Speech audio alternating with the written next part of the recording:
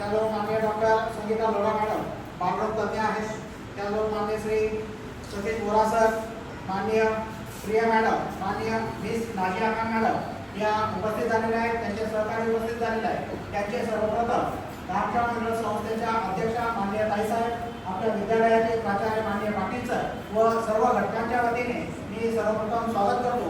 सुस्वागत। कुठलेही प्रमुख आपल्याकडे आले, पाहुणे आले तर त्यांचा छोट्याखानी सत्कार करणं हे आपलं कर्तव्य आहे, कारण वेळ कमी आहे, त्याच्यामुळे जास्त वेळ न घेता मी थेट आपल्या सत्कार समारंभाच्या कार्यक्रमाकडे जातो।